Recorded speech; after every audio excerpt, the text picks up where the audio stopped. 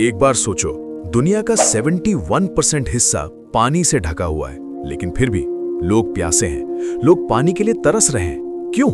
क्योंकि इस 71% में से 97% पानी खारा है, समुद्र का पानी, और खारा पानी पीना सीधा मौत को बुलाना है।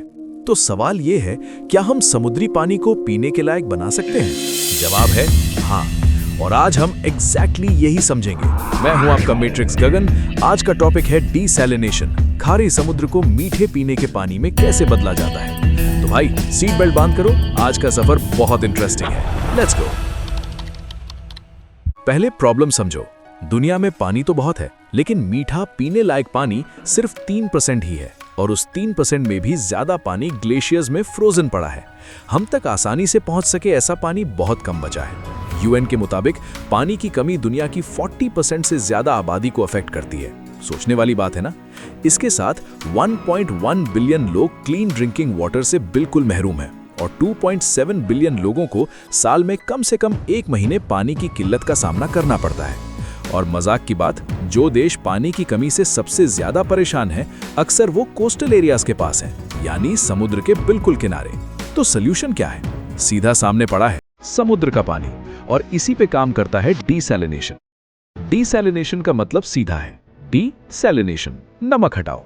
टेक्निकली बोलें तो डीसैलिनेशन एक ऐसा प्रोसेस है जिसमें पानी में घुले हुए मिनरल सॉल्ट्स, खासकर नमक को फिजिकल और केमिकल प्रोसेसेस के जरिए रिमूव किया जाता है और पानी को ह्यूमन कंजम्पशन के लायक बनाया जाता है। ये कोई नई चीज नहीं है, इंसान बहुत पहले से ये टेक्निक यूज करता आया है। एंशिएंट सिविलाइजेशंस अपने शिप्स पे सी वाटर को पीने के पानी में कन्वर्ट करती थे। एरिस्टोटल ने भी ऑब्जर्व किया था कि अगर समुद्री पानी को इवेपोरेट और कंडेंस किया जाए तो वो मीठा हो जाता है, और लियोनार्डो डा विंची ने भी कहा था कि एक स्टिल से ये आसानी से किया जा सकता है।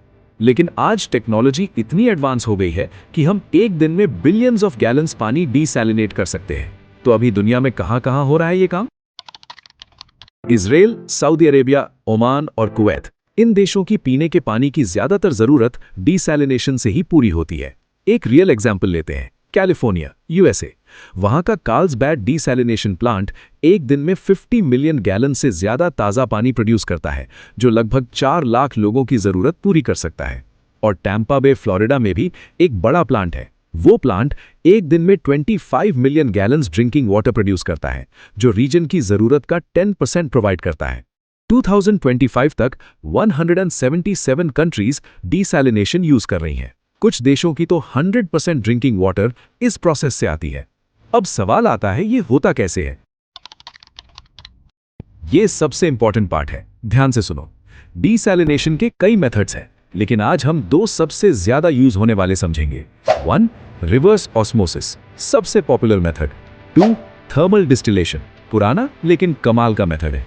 Method 1, reverse osmosis. ये आज की दुनिया में सबसे ज्यादा यूज होने वाला मेथड है। स्टेप 1, सी वाटर इनटेक। एक बड़ी पाइप समुद्र के अंदर जाती है और पानी को प्लांट में खींचती है। इस पाइप के सर पर एक स्क्रीन लगा होती है ताकि बड़ी मछलियां और जानवर अंदर ना आ जाएं। स्टेप 2, प्री ट्रीटमेंट या फिल्ट्रेशन। जब पानी प्लांट में आता है तो पहले लार्ज पार्टिकल्स जैसे रेती, सीवीड, एल्गे, इनको हटाया जाता है। ये पार्टिकल्स डायरेक्टली सेहत को हार्म नहीं करते, लेकिन ये मेम्ब्रेन्स और इक्विपमेंट को डैमेज कर सकते हैं। इसके बाद पानी में केमिकल्स मिलाए जाते हैं, जिससे एल्गे, ऑर्गेनिक मटेरियल और छोटे पार्टिकल्स एक साथ क्लम्प हो जाते हैं, ताकि उन्हें सैंड फिल्ट्रेशन में आसानी से हटाया जा सके। इसे कोएगुलेशन और फ्लोक्यूलेशन कहते हैं। Step 3, reverse osmosis. ये प्रोसेस एक फिजिक्स प्रिंसिपल पे काम करता है। जब खारे पानी पर बहुत ज्यादा प्रेशर डाला जाता है तो वो पानी एक सेमी परमिएबल मेम्ब्रेन से फोर्स होकर गुजरता है। ये मेम्ब्रेन क्लीन वाटर मॉलिक्यूल्स को थ्रू जाने देती है, लेकिन नमक और दूसरी इम्प्योरिटीज को रोक लेती है। ये मेम्ब्रेन्स अल्ट्रा थिन पॉलीएमाइड से बनी होती हैं। सोचते हैं कितना प्रेशर? नॉर्मल समुद्री पानी का ऑस्मोटिक प्रेशर लगभग 27 बार होता है, और आरओ प्लांट्स इससे 2 से 3 गुना ज्यादा प्रेशर यूज करते हैं, मतलब 60 to 80 बार का प्रेशर। जोरदार है ना? Step 4, post treatment. Reverse osmosis के बाद पानी ऑलमोस्ट रेडी होता है, लेकिन इसको पीने के लायक बनाने के लिए कुछ मिनरल्स वापस डाले जाते हैं और क्लोरीन से डिसइंफेक्ट किया जाता है। डीसैलिनेशन प्रोसेस में कैल्शियम और मैग्नीशियम जैसे जरूरी मिनरल्स खो जाते हैं, तो इस फेज में वो वापस डाले जाते हैं ताकि पानी का टेस्ट और क्वालिटी अच्छी रहे। फिर पानी पंप करके पाइपलाइंस के जरिए पूरा रीजन सप्लाई किया जाता है, घर घर तक पहुंचता है यही ताजा पानी। Method 2, thermal distillation. ये मेथड बहुत पुराना है लेकिन आज भी यूज होता है, खासकर मिडिल ईस्ट में। डिस्टिलेशन डिसैलिनेशन इंसान की सबसे पुरानी वाटर ट्रीटमेंट टेक्निक है। सिंपल लॉजिक है, नमक पानी के साथ नहीं भाप बनता, तो समुद्री पानी को गर्म करके भाप बनाओ, वो भाप कलेक्ट करो, भाप को ठंडा करके कंडेंस करो, जो पानी मिलेगा वो मीठा और साफ होगा।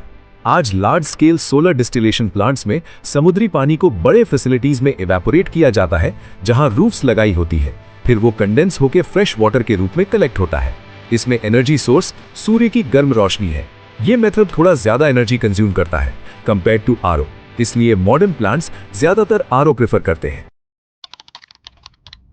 एक इंपॉर्टेंट सवाल, जब नमक पानी से अलग होता है तो वो जाता कहां है? इसे कहते हैं ब्राइन। ये एक बहुत ज्यादा कॉन्सेंट्रेटेड खारा पानी होता है। ब्राइन समुद्री पानी से ऑलमोस्ट 2 गुना खारा होता है। क्योंकि 40 to 45% फ्रेश वाटर निकाल ली जाती है तो बाकी पानी में नमक कॉन्सेंट्रेट हो जाता है। टैंपा बे प्लांट में ये ब्राइन कूलिंग वाटर के साथ ब्लेंड करके वापस बे में छोड़ा जाता है। इतना डाइल्यूटेड हो जाता है कि सैलिनिटी नॉर्मल सीजनल वेरिएशंस के अंदर ही रहती है। लेकिन ये एक एनवायरमेंटल चैलेंज भी है। Brine discharge sensitive marine habitats को इरिवर्सिबल डैमेज कर सकता है और ये इफेक्ट कई किलोमीटर्स दूर तक ट्रैवल कर सकता है। इसलिए रिस्पॉन्सिबल ब्राइन मैनेजमेंट बहुत जरूरी है। अब फ्यूचर की बात करते हैं, क्योंकि ये और भी एक्साइटिंग है। सोलर और विंड पावर डिसैलिनेशन सिस्टम्स अब कमर्शियल स्केल पे मिडिल ईस्ट, ऑस्ट्रेलिया और कोस्टल यूएस में काम कर रहे हैं। रिन्यूएबल डिसैलिनेशन कन्वेंशनल मेथड्स के कंपैरिजन में कार्बन एमिशंस 80% तक कम कर सकती है।